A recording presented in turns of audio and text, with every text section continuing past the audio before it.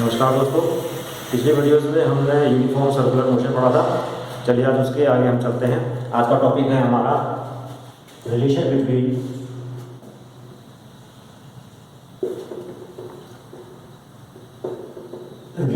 Linear velocity, जिसका symbol है v, and angular velocity. Exam में काफ़ी पूछा जाता है, इंपॉर्टेंट है। It is very important from examination point of view. Consider again a body is moving in a uniform circular motion. The center of the circle, suppose at any time t1 the body is at point p1, and after some time t2 the body is at point p2. So the time interval is what? Time interval is t2 minus t1, which we can write delta t. Let us join this p1 p2. This is an arc of length, you can say delta s. Let r be the radius of the circular path, and delta theta is the angular displacement. As already explained earlier, this is the angular displacement delta theta. Delta theta is the angular displacement.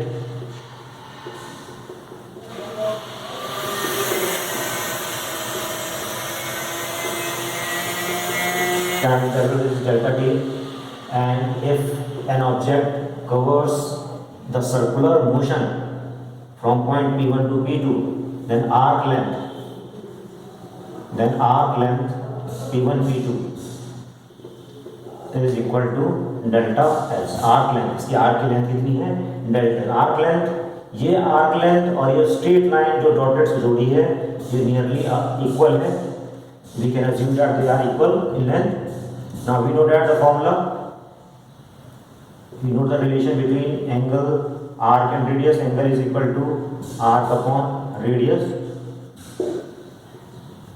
Now what is the angular displacement here? Delta theta. What is the length of the arc? Delta s, and r is the radius of the circle.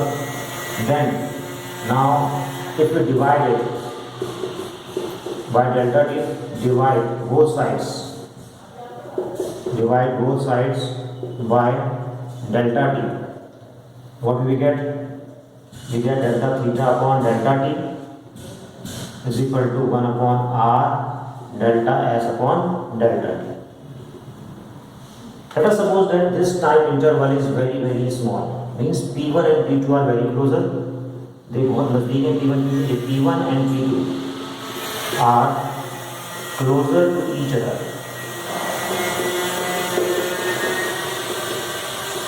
अगर ये p1 p2 बहुत closer हो, in that case ये time interval जो होगा बहुत ही small होगा. Then delta t is very small and is nearly equal to 0, and it is approaching to 0. So this expression then may be written as limit. ये limit में आ जाएगा. अगर टाइम इंटरवल बहुत छोटा हो, नेग्लेजिबल हो, दोनों काफ़ी पास हो, इस we can write delta theta upon delta T is equal to, यहाँ भी लिख सकते हैं लिमिट. दोनों तरफ लिमिट एक तरफ नहीं लिखी जाती है, दोनों तरफ लिखी जाती है. तो 1 upon R delta S upon delta T. Now limit delta T tends to 0.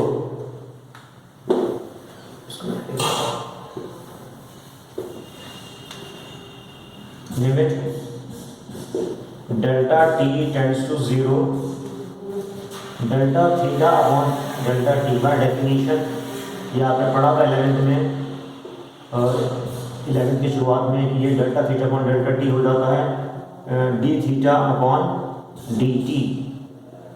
इसी तरह से ये हो जाएगा limit delta T tends to 0, delta S upon delta T हो जाएगा. इस शॉर्ट में लिखा जा सकता है D S upon D T. तो ये एक्सप्रेशन हम इसमें अगर हम यूज़ करेंगे तो दिस विल बिकम व्हाट, ये क्या बन जाएगा, देखते हैं यहाँ पर, D theta upon D T is equal to ये 1/r पीछे आ जाएगा और ये वाला पार्ट बन जाएगा D S upon D T. बाद में ये देखा था कि D theta upon D T कहलाता है, D theta upon D T कहलाता है ओमेगा एंगुलर वेलोसिटी, ये हम पढ़ चुके हैं पहले, और D S upon D T क्या कहलाता है, we linear velocity.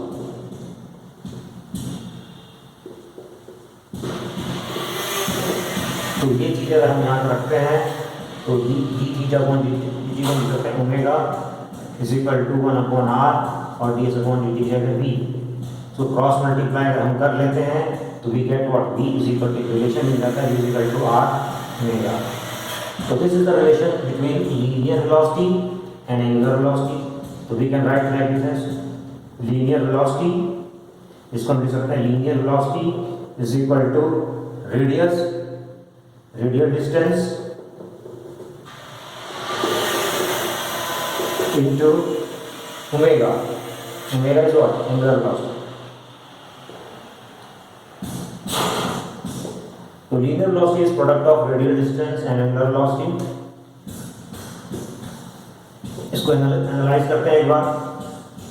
Clearly v is directly proportional to r। इसका मतलब अगर कोई व्हील है, suppose this is a wheel, this is a wheel and this is a radius r,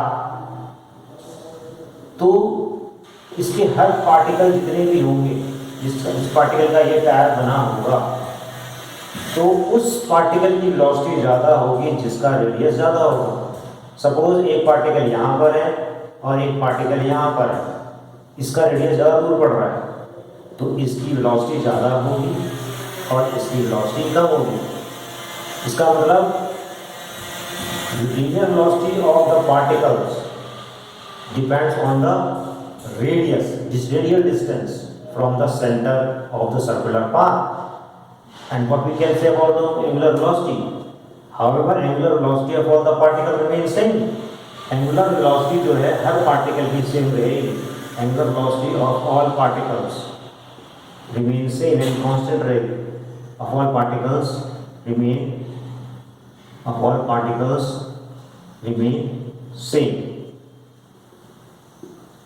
कहने का मतलब यह है कि क्यों रहेगी, क्योंकि हर पार्टिकल सेम टाइम में सेम एंगल कवर करता है। अगर वन राउंड कंप्लीट करता है तो विद सेम टाइम में 360 डिग्री कवर करता है, ये पार्टिकल सेम टाइम में भी 360 डिग्री कवर करता है, इसलिए सबका एंगुलर वेलोसिटी सेम रहेगा, लेकिन डिस्टेंस चूंकि इनका अलग अलग हो रहा है इसलिए इनकी लीनियर वेलोसिटी डिफरेंट होगी। इस एक्सप्रेशन को हम वेक्टर फॉर्म में लिख सकते हैं। इन वेक्टर फॉर्म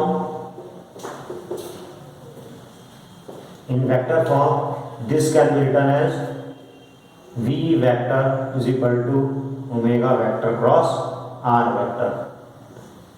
इसका मतलब ये है कि इस लीनियर वेलोसिटी की डायरेक्शन ओमेगा और r के प्लेन से परपेंडिकुलर होगी और एक स्क्रू से, एक राइट हैंडेड स्क्रू की जिस डायरेक्शन में घूमती है उसका डायरेक्शन हम उस डायरेक्शन में इसको देंगे, right handed screw.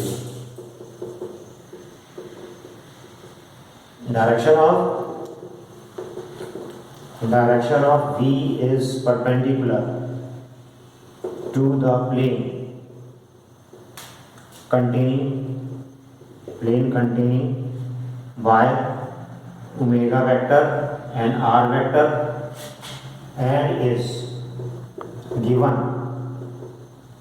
given along right handed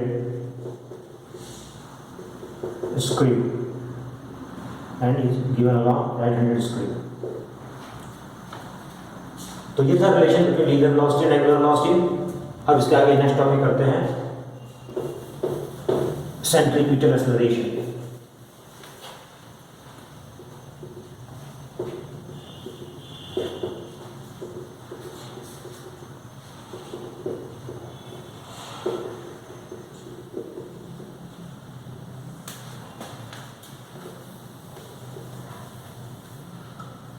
centripetal acceleration हम पहले पढ़ चुके हैं, let us discuss once again. क्या होता है?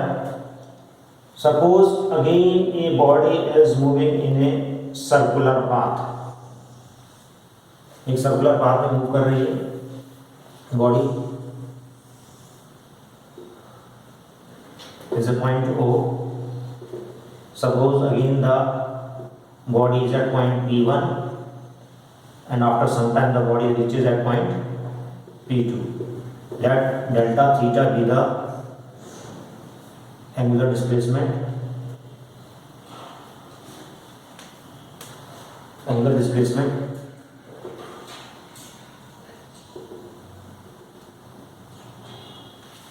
तो मैंने कहा था कि अगर बॉडी एक ही वेलोसिटी से एक ही स्पीड से सर्कुलर पाथ में मूव करती है, एक ही स्पीड से मूव करती है और वो स्पीड बदलती नहीं है, तो इस मोशन को हम कहते हैं यूनिफॉर्म सर्कुलर मोशन। लेकिन यहाँ पर वेलोसिटी की डायरेक्शन चेंज हो रही है। यहाँ पर वेलोसिटी की डायरेक्शन इधर है, से v1, यहाँ वेलोसिटी की डायरेक्शन इधर है v2। हमेशा वो टेंजेंशियली शो की जाती है वेलोसिटी, p1 की डायरेक्शन इधर है वेलोसिटी की, इसकी डायरेक्शन इधर है p2, टेंजेंशियली शो की जाती है और ये एंगुलर डिस्प्लेसमेंट है। और सपोज ये भी रेडियस है r और ये भी रेडियस है r। अब इसी चीज को अगर हम v1 और v2 को अगर हम वेक्टरली जोड़ेंगे, किस तरह जोड़ेंगे? जिस डायरेक्शन में v1 है उसी डायरेक्शन में हम v1 को पैरेलल बनाएंगे v1। अब जिस डायरेक्शन में v2 है उसी डायरेक्शन में v2 को उसी डायरेक्शन में हम पैरेलल बनाएंगे, ऐसे। जिस तरह से इन दोनों रेडियल डिस्टेंस के बीच में एंगुलर डिस्प्लेसमेंट डेल्टा थीटा है, वैसे v1 और v2 के बीच में भी एंगल डेल्टा थीटा होगा। इसको हम मिला देंगे तो ये कितना हो जाएगा? इन दोनों का डिफरेंस हम कह सकते हैं delta B. Suppose this is point A B and this is say C. तो सेंट्रीपिटल एक्सप्रेशन होता है क्या, आप एक बार फिर से डिस्कस कर लेते हैं। यहाँ पर अलग जब कोई बॉडी सर्कुलर पाथ चल रही होती है, यूनिफॉर्म सर्कुलर मोशन बना रही होती है, तो अलग अलग पॉइंट पर उसकी चूंकि वेलोसिटी अलग अलग होती है, वेलोसिटी में चेंज आ रहा है, तो change in velocity is what? Acceleration. अब ये एक्सेलरेशन जो, क्योंकि ये सेंटर की तरफ एक्ट करता है, ये एक्सेलरेशन सेंटर की तरफ होता है, इसलिए इसको कहते हैं सेंट्रीपिटल एक्सेलरेशन। तो सेंट्रीपिटल एक्सेलरेशन क्या चीज है? Whenever A body is performing uniform circular motion such that the acceleration producing here, acceleration obtaining here acts towards the center of the circular path. Such an acceleration is called centripetal acceleration. It is obtained only when there is change in velocity. ये तभी obtained होगा जब velocity का change होगा। It is produced only when there is change in velocity. Change in velocity हुआ, इसीलिए यहाँ पर दिख रहा है change in velocity. Change in velocity की डायरेक्शन किधर होगी? इधर की तरफ होगी हमेशा, क्योंकि दो वेक्टर का जब हम रिजल्टेंट निकालते हैं तो ये इधर की तरफ आ रहा है। अब ये इधर की तरफ आने का मतलब है सेंटर की तरफ आ रहा है, तो एक्सेलरेशन की डायरेक्शन किधर होगी? सेंटर की तरफ होगी, इसीलिए इसे हम सेंट्रीपिटल एक्सेलरेशन कहते हैं। अब अगर हम इसका फॉर्मूला अगर हम निकालें, सपोज इसका सिंबल है ए, सी स्टैंड फॉर सेंट्रीपिटल एक्सेलरेशन। तो अगर हम इन दोनों का अगर हम निकालें, हम फॉर्मूला निकालें इसी का, तो ये दोनों ट्राइंगल को देखना होगा। ये दोनों जो ट्राइंगल है यहाँ पर एक सिमिलर ट्राइंगल, तो we can write triangle O P1 P2 and triangle ABC are similar triangles. ये दोनों एक सिमिलर ट्राइंगल्स है।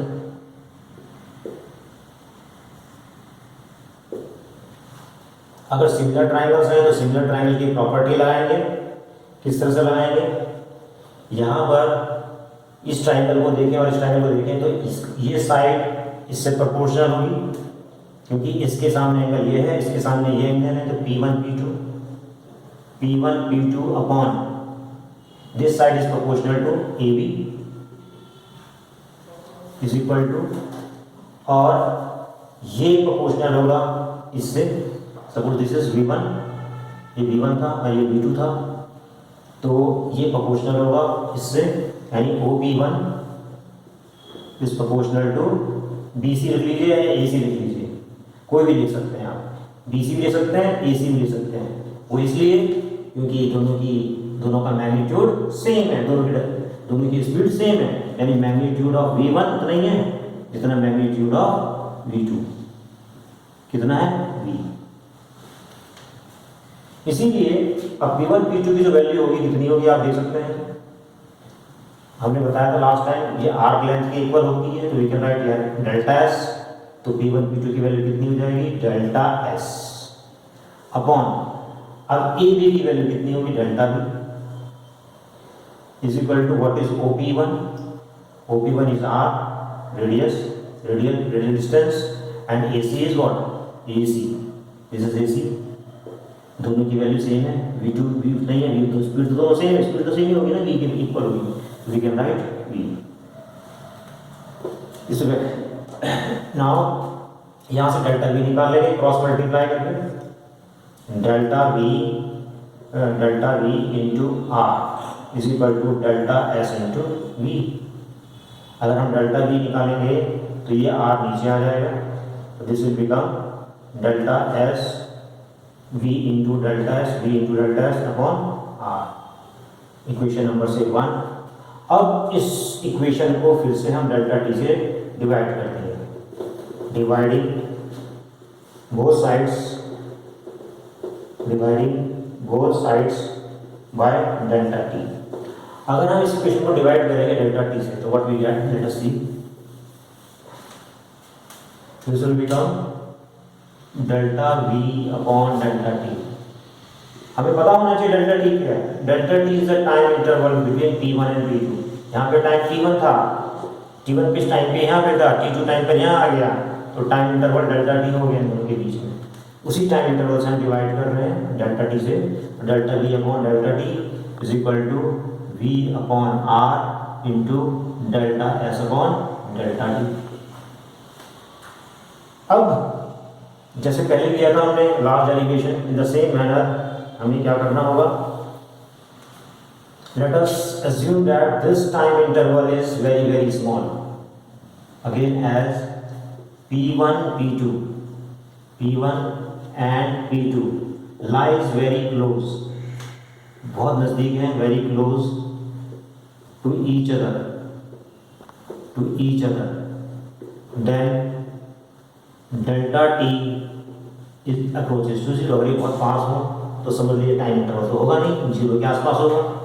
उस केस में ये फॉर्मूला कितना हो जाएगा? Limit delta V upon delta T, यहाँ पे डेल्टा T टेंड्स टू 0 लगाएंगे, delta V upon delta T is equal to, यहाँ भी लिमिट दोनों तरफ लगेगा, एक तरफ लग नहीं सकता है क्योंकि इक्वेशन बैलेंस होनी चाहिए। V upon R into delta S upon delta T, ये हो गया। अब पहले की तरह जैसा हमने किया था, ये क्या बन जाएगा? नाउ ये क्या कहलाएगा? इसको शॉर्ट में इसको लिमिट कर देंगे, delta V upon delta T।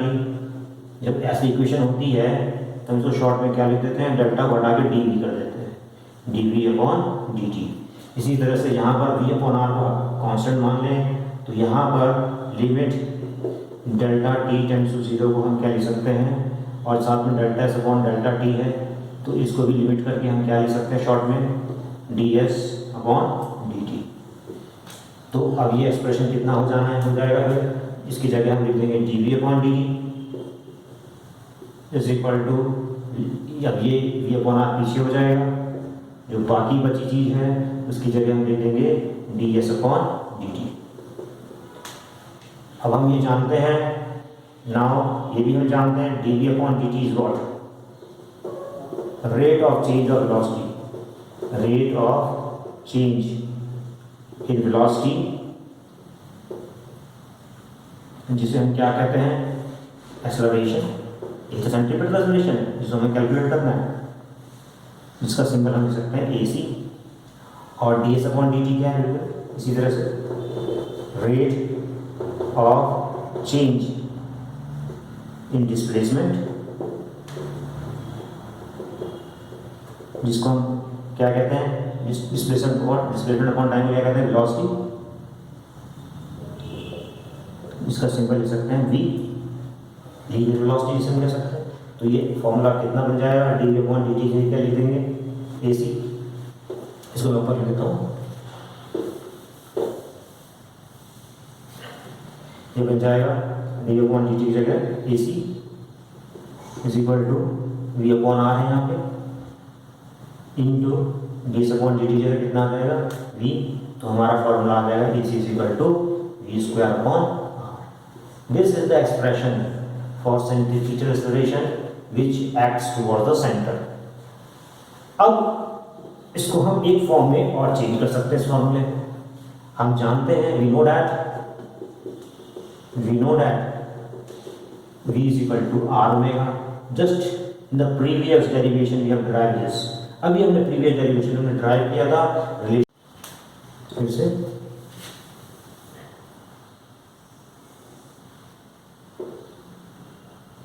हमने बात करी थी कि ये वाला टाइम इंटरवल जो था यहाँ पर t1 t2, ये जो गैप ऐसे खत्म ही कर देते हैं। तो यहाँ पर जो वेलोसिटी थी ये थी, यहाँ पर वेलोसिटी ये है। अब ये दोनों टाइम इंटरवल ही खत्म हो गया तो क्या होने वाला है, ये दोनों ओवरलैप करेंगे। तो अब इस हमारे पास सिचुएशन इस तरह से हो जाएगी। जब ओवरलैप करके दिखाएंगे तो सिचुएशन कुछ इस तरह से होगी, एक ही दोनों v1 भी यहीं पर है और v2 भी यहीं पर है और रेडियस दोनों यहीं पे हो जाएगा और हमारा v1 इसी पे होगा और v2 भी इसी में होगा। v1 और v2 दोनों भी इसी में होगा। यानी जो ये रेडियस है इससे परपेंडिकुलर हो जाएगा और हमारा सेंट्रीफ्यूगल एक्सेलरेशन क्या होगा, इससे हमेशा परपेंडिकुलर होता है। तो हमारा एक्सेलरेशन सेंटर की तरफ होता है, इसीलिए हम सेंट्रीफ्यूगल एक्सेलरेशन कहते हैं। जब कोई बॉडी यहाँ पर आता है तो वेलोसिटी तो इधर हो जाता है, तो सेंट्रीफ्यूगल एक्सेलरेशन किधर हो जाएगा, सेंटर की तरफ। जब कोई बॉडी यहाँ पे आता है तो सेंट्रीफ्यूगल एक्सेलरेशन किधर हो जाएगा, सेंटर की तरफ रहेगा हमेशा, वेलोसिटी इधर हो जाएगा। जब कोई बॉडी यहाँ से यहाँ पर आ जाता है तो उसकी वेलोसिटी इधर हो जाता है, लेकिन सेंट्रीफ्यूगल एक्सेलरेशन हमेशा सेंटर की तरफ ही लगता रहता है। तो सेंट्रीफ्यूगल इसका नाम ही इसीलिए पड़ा है क्योंकि it always acts toward the centre of the circle. It always acts toward the centre of the circle. ठीक है, इन डेली लाइफ में हम इसको महसूस भी कर सकते हैं। इन डेली लाइफ में कहाँ पे हम इसको देखते हैं, जैसे हम अपने एक धागे में एक पत्थर बांध लें, when stone is tied at one end, अगर स्टोन बांध कर घुमाते हैं, if it is whirled in our hand, जब हम घुमाते हैं इसको, घुमाते हैं तो हम एक फोर्स लगाते हैं, अंदर को खींचने की कोशिश करते हैं, खींच के लगाते हैं फोर्स। तो जब हम खींच के इसको फोर्स लगाते हैं तो वो फोर्स जो हमारे उंगलियों पे लगता है उस पत्थर की वजह से वही सेंट्रीफ्यूगल एक्सेलरेशन प्रोवाइड करता है जो कि सेंटर की तरफ होता है और वेलोसिटी हमेशा परपेंडिकुलर, इन दोनों एक दूसरे से परपेंडिकुलर होते हैं। तो this is the centrifugal acceleration where we experience in our daily life. Another example,